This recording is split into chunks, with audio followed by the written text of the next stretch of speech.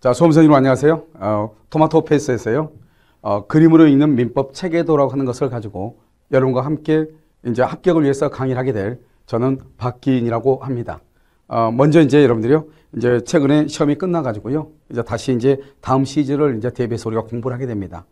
그런데 항상 해년마다 느끼는 것은 뭐냐면 책의 양이 너무 많다는 거죠. 여러분요. 어떤 출판사들은 책이 많은 것을 자랑합니다.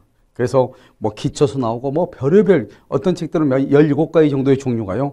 공인중개사 시험에 나옵니다. 그럼 여러분 17가지 종류의 책을 그것을 우리가 봐가지고 1년 안에 합격할 수 있는가? 그것은 뭐 거의 불가능하다고 봐야 되겠죠.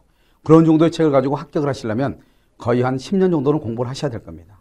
우리 공인중개사 자격시험은 그렇게 아주 높은 지식을 요하는 것은 아니지만 그래도 기본적으로 우리가 중개업을 하는데 아무 문제가 없는 법적 소양은 가지고 있어야 되는 거잖아요. 그렇다면 먼저 우리가 합격을 하고 그 합격을 통해서 우리가 실무를 통해서 다시 더 배우는 것이죠. 그래서 우리가 이제 이 토마토 페이스에서는 어떻게 하고 그랬느냐? 단 한 권이죠. 한 권만 가지고 합격할 수 있다. 그래서 여러분요 1차 한 권, 2차 한 권. 그래서 1차, 2차 각각 한 권만으로 여러분들이 합격을 하게 만들어주고요. 문제집도 마찬가지죠. 문제는 너무 많아. 그런데 선생님들이 보면 1번 풀다, 5번 풀다, 8번 풀다 이렇게 중간중간 띄엄띄엄 띄어. 그러면 그 사이에 있는 문제는 의미가 없다는 문제잖아요. 그럼 문제를 왜 우리가 책에다 넣냔 말이죠. 알겠죠? 그래서 우리가 눈으로서 우리가 보는 시각적 방역, 시각적 어떠한 공예나 마찬가지죠. 그래서 우리 토마토 페이스에서는 문제집도 딱 8주에 맞게끔 그래서 선생님들이 자기가 풀 수 있는 문제, 즉 지문이 겹치지 않는 문제 중에서 딱 8주에 맞게끔 문제를 내는 그래서 그 모든 문제를 다 풀어주면서 여러분과 같이 호흡하는 그런 체계로 그래서 단 한 권, 그래서 1차 한 권, 2차 한 권, 문제집도 1차 한 권, 2차 한 권으로 여러분들이 다른 어떤 그 사이트라든가 다른 학원에서 여러분들이 4년, 5년 공부해야 될 것을 줄여가지고 그냥 1년 안에 아주 넉넉하게 이 책 한 권을 가지고 여러분들이 우리가 이제 시험 치는 10월 28일 시험 칠 때까지 이 책 한 권을 가지고 보는 거예요. 그래서 이 책 한 권을 가지고 봤는데 시험에 합격하지 못한다는 것은 아마 그것은 천재지변으로 인해서 지구가 폭발하는 건 확률보다 확률이 더 낮을 거예요. 아시겠죠? 그래서 여러분들이 우리가 어떻게 하면 되는 것이냐? 이 한 권을 가지고 여러분들이 공부를 하시면 된다. 그리고 또 TV 통해서 공부하시는 분들도 저희와 함께 호흡하면서 이 한 권을 가지고 여러분들이 합격을 해야지 책은 여러 권 보면은 무조건 그것은 3년 각이다. 알겠죠? 최소한 3년 이상 공부해야 돼. 하지만 이 한 권을 가지고 공부를 하게 되면 여러분들은 1년 아니라 6개월이라도 단기간 안에 여러분들이 동차 합격할 수 있다. 이런 확신을 가지고 지금부터 여러분과 함께 강의를 시작하도록 그렇게 하겠습니다. 여러분 강의 앞서서요. 우리가 이제 이번에 시험을 봐가지고 합격한 것 중에서 합격한 최연소 중에서 몇 살짜리가 있냐? 여러분 지금 이제 만 17세도 안 되는 친구가 하나 있단 말이죠. 그래서 그 친구가 나중에 여러분들이요. 여기 토마토 페이스 유튜브를 통해서 아마 그 친구예요. 시험 공부에 관한 합격에 관한 수기가 올라갈 거예요. 그래서 그 친구는 만 17세도 안 되는데요. 그 친구가 1년 안에 단기간 안에요. 민법에 같은 경우는 90점. 그다음에 계론 같은 경우는 75점. 이런 정도의 고득점으로 합격을 했단 말이죠. 그래서 여러분들이 우리가 과연 이건 동차 합격해서 2차도 합격을 했어요. 그래서 그 친구가 나서 여러분에게 자기의 합격 수기, 공부를 어떻게 했는가 하는 것을 얘기를 할 거예요. 그 정도로 여기 이 토마토 페이스는 여러분들이 걱정하지 않아도 여러분들이 스스로가 정말 17살짜리도 이해할 수 없는 법이 무엇인지를 모르는 그런 학생도 이해를 시켜서 고득점으로 합격시키는 그러한 어떤 강사진이라든가 여기서 떠받치고 있는 이런 모든 팀원들이 있기 때문에 여러분들은 걱정하지 마시고 토마토 페이스와 함께 공부를 하고 여러분 또 토마토 페이스와 함께 여러분들이 긴 여정을 마치게 되면은 마지막에 여러분 반드시 합격이라고 하는 보답으로 여러분 앞에 다가설 겁니다. 자, 지금부터 강의를 하는데 우리 이제 보면 민법에는 뭐가 있냐면 먼저 민법 총칙이라고 하는 것이 있습니다. 민법 총칙이 있고 그다음에 물권법이 있고 그다음에 채권법이 있고 그다음에 민사특별법이라고 하는 것이 있습니다. 그런데 이 민사특별법은 물권하고 채권법에 있어서 특별법이기 때문에 결국 여기가 똑같은 것이죠. 그 다음에 민총이 하나 있죠. 민법 총칙이라는 것은 물권법이나 채권법에서 공통적으로 적용되는 그런 것만 엑기스만 모아놓은 것이 민법 총칙이죠. 그러니까 민법 총칙을 이해하기 위해서는 물권하고 채권법이 이해가 돼야지 민법 총칙이 이해가 되죠. 그래서 민법을 미리서 공부해 보신 분들은 알겠지만 우리가 민법 총칙을 공부하면 상당히 어렵죠. 그 어려운 이유는 아주 간단하죠. 물권하고 채권을 이해를 못하기 때문이죠. 아시겠죠? 그래서 이 물권과 채권에 관한 우리가 강의를 먼저 하게 되는 거예요. 그래서 물권과 채권이 공부를 하게 되면 민총은 자연스럽게 알게 되는 거예요. 그래서 물권에서 14문제가 나오고 그 다음에 채권에서 10문제가 나오고 민총에서 10문제가 나오고 민사특별법에서 6문제 모두에서 40문제가 민법에서 나온단 말이죠. 그 40문제 바로 그 허리가 뭐냐, 허리. 그게 바로 물권법이고 채권법이다 이 말이죠. 그래서 이 두 가지가 24개인데 이것은 우리가 공부하는 것만큼 내가 노력한 만큼 당연히 점수가 나오는 것이에요. 그러면서 서서히 민법 총칙에 대해서 우리가 이해를 하게 되는 것이에요. 그 다음에 두 번째는요. 뭐를 하라냐면 일반 학원에서는 11월, 12월은 기초서라고 하는 것을 가지고 강의를 합니다. 아무 필요 없는 책이죠. 기초서. 그 다음에 1월부터 여기 4월까지는 기본서라고 하는 것을 가지고 강의를 합니다. 그 다음에 5월부터 6월까지는요. 요약집이라고 하는 것을 가지고 강의를 합니다. 그러면 여러분요 11월, 12월 기초서는 갖다 공부하고 버립니다. 그러면 여러분 2달 동안 공부한 것이 헛된 시간을 보낸 것이에요. 그 다음에 여기 1월하고 4월은 기본서를 하는데 어느 정도 뭐 법이 뭔지 눈을 뜰 쯤 되면은 다시 이걸 버리고 또 요약집을 또 갈아탑니다.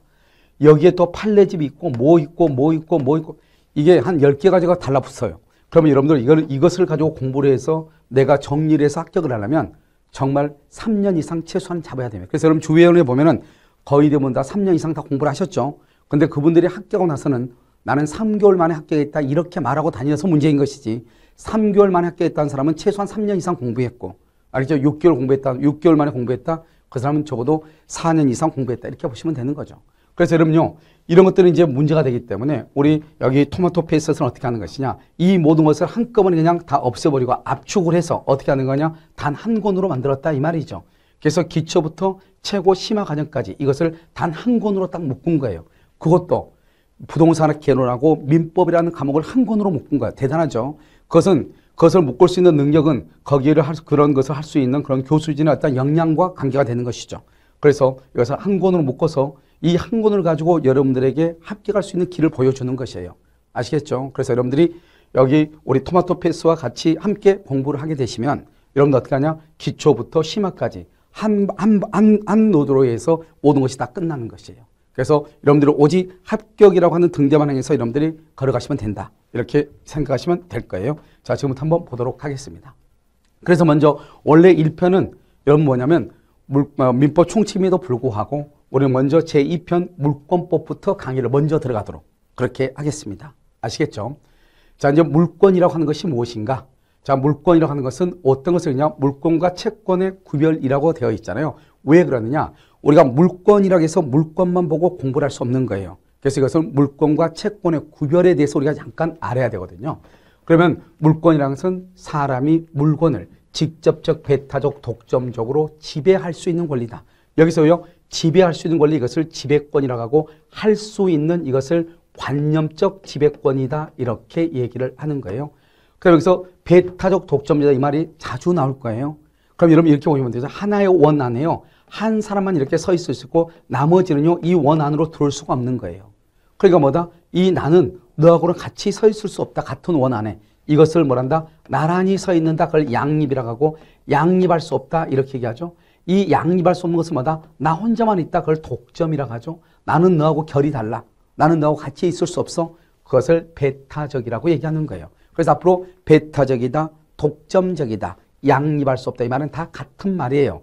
이것을 우리는 나중에 뭐라고 표현하냐? 이것을 점유한다고 표현을 하는 거예요.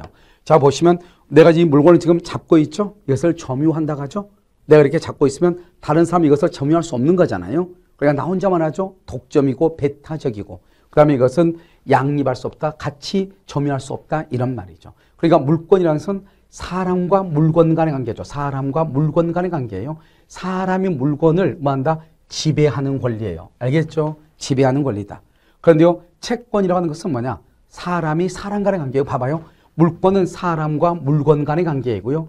채권은 사람과 사람 간의 관계이죠. 사람이 사람에게 특정한 행위를 청구할 수 있는 권리다. 여기서 중요한 것은 일반인이 아니고 뭐라고 되어 있죠? 특정인이라고 되어 있죠. 여기에 주목을 하셔야 돼요. 여기 보시면 먼저 채권자가 을이죠. 을이 가백이요. 1억 원을 2월 1일 날 빌려줬죠. 그 다음에 병이요. 다시 가백이요. 3월 1일 날 1억 원을 빌려주죠. 그럼 여러분 여기를 딱 보면은 우리가 누가 더 먼저냐, 1순위냐, 을이 1순위고 병이 2순위인 것처럼 보이잖아요. 그런데 이런 뭐를 알아야 되느냐? 먼저 여기에서 중요한 것은 이 채권이라는 것은 특정한 사람, 사람과 특정한 사람이 일반적인 게 아니라고요. 여기는 갑하고 을하고 문제이고 여기는 갑하고 병하고 문제이지 갑과 을과 병 간의 문제가 아니라고요. 모든 사람의 문제가 아니라고요. 채권이라는 것은 특정인과 특정인, 사람과 사람 간의 문제예요. 그렇기 때문에 을이 아무리 2월 1일 날 돈을 먼저 빌려줬다 하더라도 을이 갑한테 가서 먼저 돈을 받는 게 아니에요. 이 병이 3월 1일 날 늦게 돈을 빌려줬다고 해서 을이 먼저 갑한테 돈을 받고 남은 돈이 있으면 병이 받는 게 아니에요. 왜냐? 채권은 갑하고 을하고 특정과 특정이 갑하고 병하고 문제이지 갑을 병 간의 문제가 아니기 때문에 이 을하고 병하고 사이에 이 두 사람 사이에서는 누구의 순서가 더 빠른지 우열을 정할 수가 없는 거예요. 그래서 이것을 뭐라고 표현한다? 모든 채권자들은 순위가 평등하다 이 말이죠. 먼저 돈을 빌려줬다고 해서 1순위고 나중이라고 해서 2순위고 그것이 아니고 둘 다 모든 채권자들은 순위가 평등하다 이렇게 얘기하는 거예요. 그럼 평등하면 그럼 어떻게 한다? 선행이라고 해서 먼저 가서 돈을 받아온 사람이 짱인 거예요. 그러니까 병이 먼저 가서 돈을 받을 수도 있다 이런 말이죠. 그래서 우리가 채권을 추심할 때는 어떻게 해야 되죠? 얼굴이 좀 험상궂고 알죠? 목소리도 좀 크고 무섭게 생긴 사람이 돈을 먼저 받아오는 거잖아요. 그건 왜 그러는 거예요? 순서를 따지는 게 아니에요. 순서를 가지고 따지는 것이 아니고 그것은 채권은 특정인과 특정인 두 사람 간의 문제이기 때문에 먼저 가서 선행, 먼저 가서 돈을 받아오면 된다. 이런 말이죠. 이것을 우리는 선행의 원칙이 적용된다. 이렇게 표현을 하는 것이고요. 그래서 채권은 갑하고 을하고 갑하고 병 간의 문제이지 갑을 병 간의 문제가 아닌 거예요. 그렇기 때문에 만약에 갑을 병이다 그러면 당연히 을이 1순위고 병이 2순위고 이렇게 되겠죠. 그런데 그렇게 되는 것이 아니고 이것은 어떻게 되는 것이다? 갑과 을과 병 간의 문제가 아니고 갑하고 을하고 갑하고 병하고 문제이기 때문에 이건 누가 순서가 빠르다고 말할 수가 없는 거예요. 알겠죠? 이것을 순위를 정할 수가 없다. 이렇게. 그 다음에 채권은 뭐냐? 지금요 갑이 을한테 1억을 빌려줬죠. 그래서 남편한테 빌려줬는데 병의 남편이죠. 그래서 남편한테요 을에 쳐죠 병이. 그런데 갑은 을한테 돈을 빌려줬지 병한테 빌려준 건 아니잖아요. 아무리 을하고 병이 두 사람이 부부라 할지라도 인격체는 전혀 다른 거예요. 그렇기 때문에 갑은 을한테 빌려줬지 병한테 빌려준 것이 아니기 때문에 만약에 을이요 아주 뭐 돈이 한 푼도 없단 말이죠.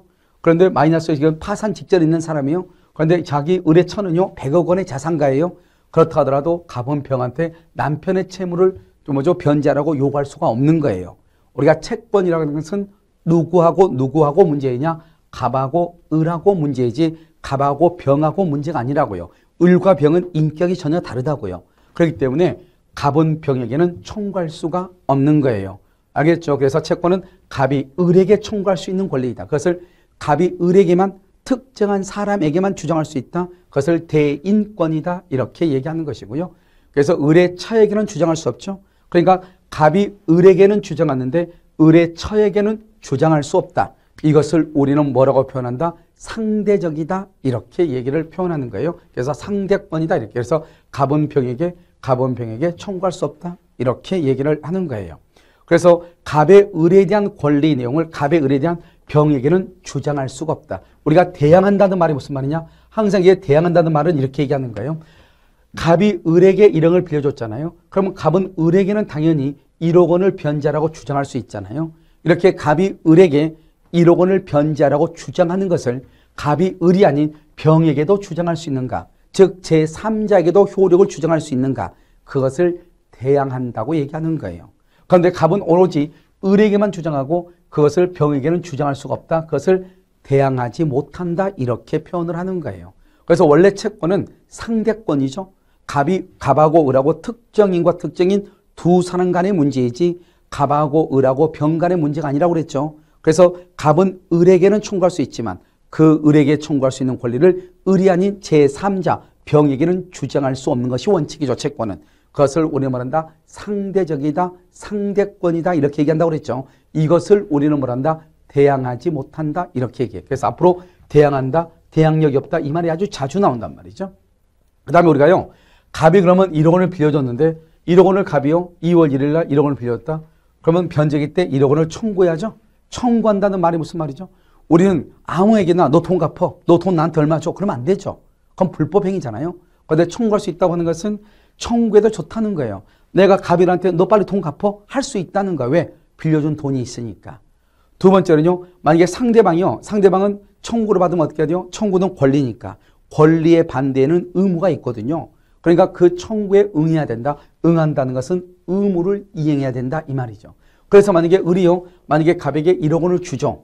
그러면 갑은 그것을 받을 수 있다 이 말이죠. 이것을 급부를 보유한다 이렇게 얘기하는 거예요. 그러니까 우리가 청구할 수 있다고 하는 것은 갑이 을에게 청구를 하더라도 이것은 위법이 아니라는 것이고, 을은 그러면 거기에 대해서 권리에 대해서 반대급부인 의무를 이행을 해야 되는 것이고, 을의 의무 이행이 있으면 갑은 그것을 받을 수 있다, 수령할 수 있다, 급부를 보유할 수 있다. 이것을 우리는 뭐한다? 청구한다 이렇게 얘기를 하는 거예요. 알겠죠?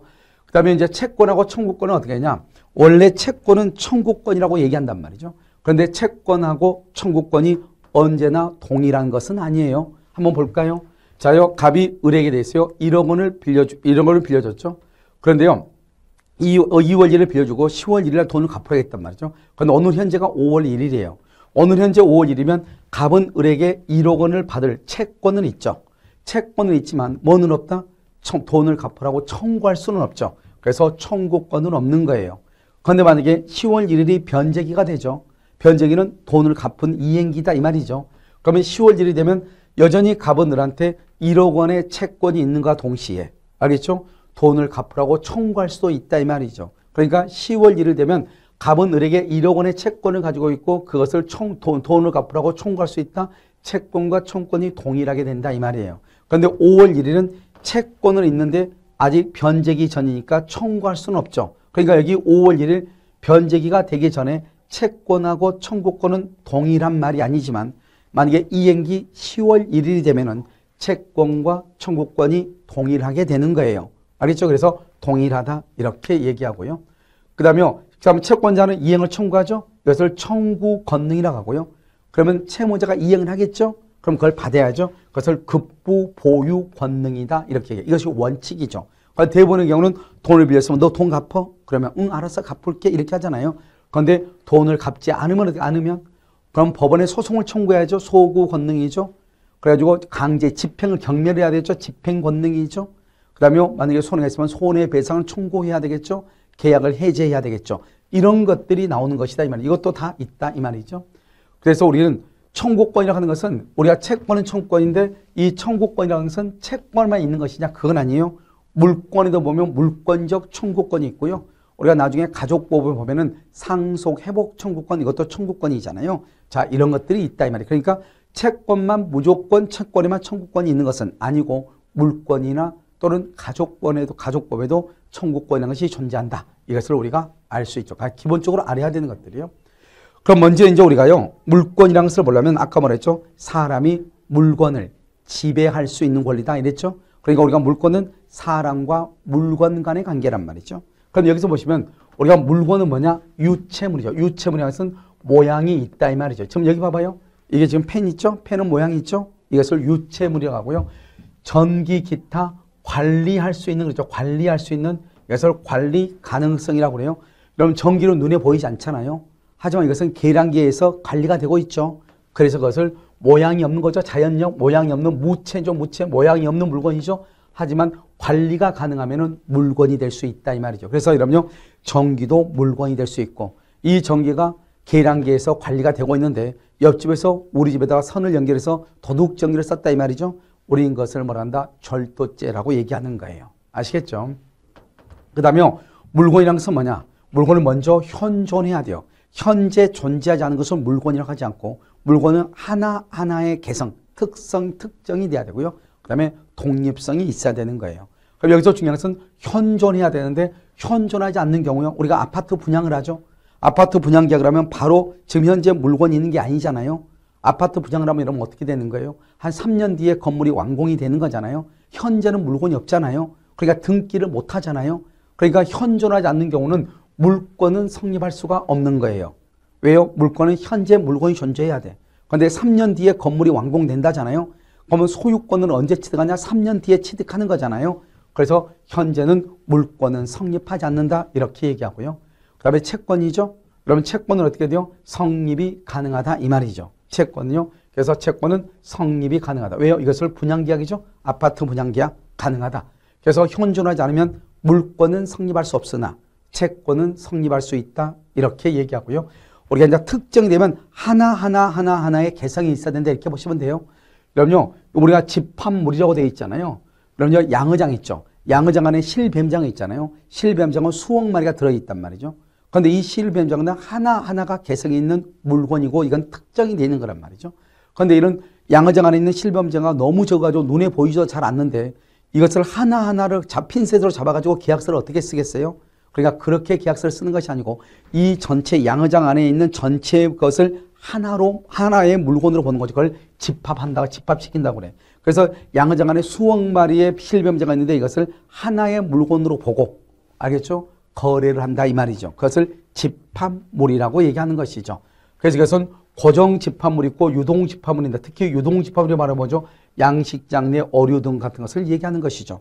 이런 것을 묶어가지고, 알겠죠? 내가 가지고 있는 것은 실뱀장어밖에 없단 말이죠. 이 실뱀장어를 담보로 돈을 빌리고 싶다 이 말이죠. 그러면 원래는 실뱀장어 하나하나가 물건이니까 하나하나에다가 저당을 잡든 뭐 양도담보라도 무슨 짓을 해야 될 거 아니에요. 그런데 그렇게 언제 해요? 할 수가 없는 거잖아요. 논리적으로. 그래서 어떻게 하냐? 이것을 전체적인 것을 묶어가지고 한 5억 마리 정도 존재합니다. 그럼 이것을 하나의 물건으로 보고 우리가 저당을 잡으려면 등기를 해야 되는데 이건 등기할 수 없는 거잖아요. 그래서 양도담보라고 하는 것을 설정할 수 있는 거예요. 양도담보는 나중에 우리가 공부해요. 걱정하지 마시고. 그것을 우리는 집합물에 대한 양도담보다 이렇게 얘기하는 것이죠. 그 다음에 이제 독립성이잖아요. 우리가 이제 독립성은 구성 부분이 아니고 부합이 아니고 물건의 일부가 아니고 물권에 객체된다. 이러면요.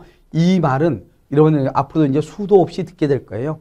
이런 말들을 다 익숙해야 돼요. 이런 우리가 볼까 벽에 있는 벽지를 한번 볼까요? 우리가 건물 벽에요. 뭐가 붙어 있다? 벽지가 붙어 있잖아요. 그럼 벽지는 뭐예요? 벽지는 벽이 바로 물건이거든요. 물건의 벽은 물건의 일부이죠. 그렇잖아요. 벽의 일부이죠. 그 다음에 이 벽지는 벽의 구성 부분이죠. 벽의 구성 부분. 이 벽지를 떼면 어떻게 돼요? 다시 떼면 다 찢어지죠. 떼지는 떼지긴데 찢어지죠. 그러니까 이것을 벽에 발랐던 벽지를 찢어가지고 다른 방에다가 풀칠해서 바를 수가 있어요? 없어요? 없단 말이죠. 그것을 뭐라 한다? 훼손하지 않으면 분리할 수 없거나 분리하는 데 있어서 과다한 비용이 드는 경우, 이런 경우, 다른 말로 하면 분리나 복구가 불가능한 경우, 이런 경우로 우리는 뭐라 한다? 그것을 부합이다. 이렇게 얘기를 해. 그러니까 우리가요, 벽에 달라붙어 있는 벽지나 페인트와 같은 것을 뭐라 한다? 페인트나 벽지는 벽에 부합됐다고 얘기하고, 부합됐다고 하는 것은 페인트나 벽은 건물의 일부가 됐다고 하고 건물의 구성 요소를 이룬다. 이렇게 얘기를 하는 거예요. 알겠죠? 그러니까 여러분요, 이것은 이제 부합이란 말이고, 그럼 여기에서 독립성이 있다 그러면은 그것은 구성 부분이 아니고 부합이 아니고 일부가 아니고 물권, 소유권의 대상이 될 수 있다 이 말이죠. 그러니까 이걸 잘 알아야 되겠죠. 그런데요, 우리가 물건은 뭐냐 이렇게 했을 때 물건은 현존하고 특정되고 독립성이 있어야 되는데 가장 중요한 것은 이 독립성이죠. 그래서 우리가 앞으로 이제는 임대차 같은 데 보면 뭐가 자주 나오냐? 독립한다, 독립하지 아니한다. 이 말이 자주 나온단 말이죠. 그때를 한번 보시면 되는 것이고요. 자, 99조 제1항에 부동산이라고 되어 있나요? 자, 부동산을 보면 토지 및 그 정착물, 토지의 정착물, 정차가 나는 것은 움직이지 않는다 이 말이죠. 잘 봐야 돼요. 토지는 움직이지 않죠. 토지에서 움직이지 않는 것이 부동산이에요. 그럼 이런 보면 여기 보면 지금 조명등도 있고 뒤에 지금 카메라도 2대나 있고 이렇게 있단 말이죠. 그러면 저런 것은 그러면 움직이지 않으니까 부동산이냐. 이것은 건물에 부착돼서 움직이지 않잖아요. 그래서 이것을 부동산이라고 하지 않는 거예요. 그러면 무엇을 부동산이라고 하는 것이냐? 토지에 정착돼서 움직이지 않아야 돼. 토지에 정착돼서 움직이지 않아야 돼. 그럼 뭐 대표적인 게 뭐죠? 건물이 있죠. 건물. 이런 것들은 또 육교가 있죠. 고가도로 같은 것이 있죠. 터널이 있죠. 이런 것들, 도로 포장 같은 것들. 이런 것들은 움직여 안 움직여? 안 움직이잖아요. 토지 위에서 움직이지 않는 것, 그것을 우리는 부동산이라고 얘기하는 거예요. 알겠죠? 그래서 그러면 토지 및 그 정착물은 부동산이다. 이렇게. 그 다음에 동산은 뭐냐? 동산은 부동산 빼고 나머지를 동산이라고 그래요. 왜냐? 이 지구상에는 수천 수만 가지의 동산이 있단 말이죠. 그러면 이 동산을 어떻게 분류하냐? 너무 어려워. 그럼 어떻게 분류하면 된다? 부동산 중에서 또 우리가 물건 중에서 동산을 빼면, 부동산을 빼면 나머지가 동산이 되는 거죠. 그래서 전체 지구상에 있는 물건 중에서 부동산을 빼, 그러면 동산이 되는 것이다. 이란 말이죠.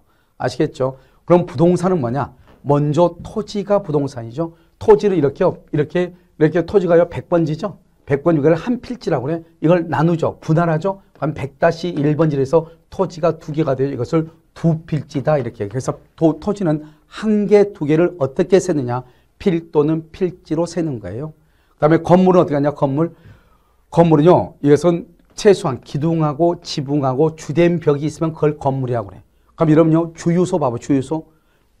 지붕이 있고 기둥이 있는데 벽이 없죠. 그래서 주유소는 건축물이지 건물이라고 하지 않는 거예요. 그래서 기둥하고 플러스 지붕하고 플러스 벽이 있어야 건물이라고 그래. 이 건물도 땅 위에 있죠. 그래서 부동산으로 봐.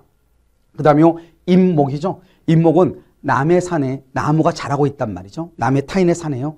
그러면 이 수목 한 그루 한 그루가 아니고 100그루, 1000그루, 10,000그루 이렇게 그걸 수목의 집단이라고 하는 거예요. 수목의 집단. 이 수목의 집단에 대해서 임목, 등록, 원부라고 하는 것에 대해서 등록을 하고 그 다음에 거기서 보존 등기를 해.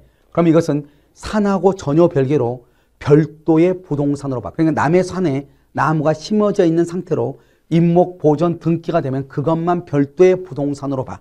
그러니까 등기라니까 여기는 저당을 잡을 수가 있는 것이에요. 명인 방법은 뭐냐면 먼저 우리가 미분리 과실이요.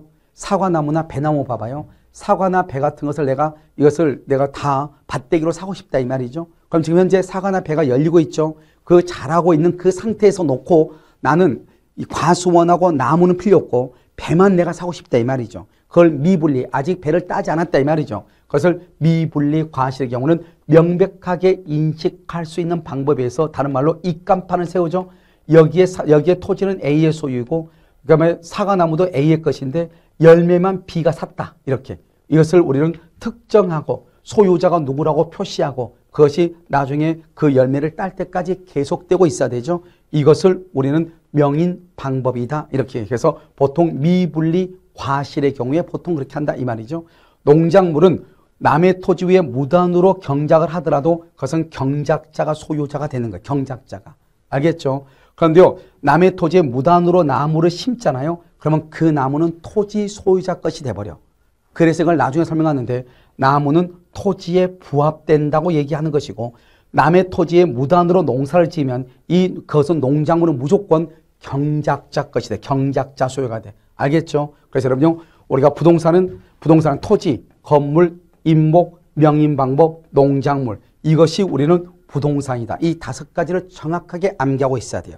아시겠죠? 우리가 또 잠깐 쉬어서 우리가 다음 시간에 다시 강의를 이어가도록 그렇게 하겠습니다.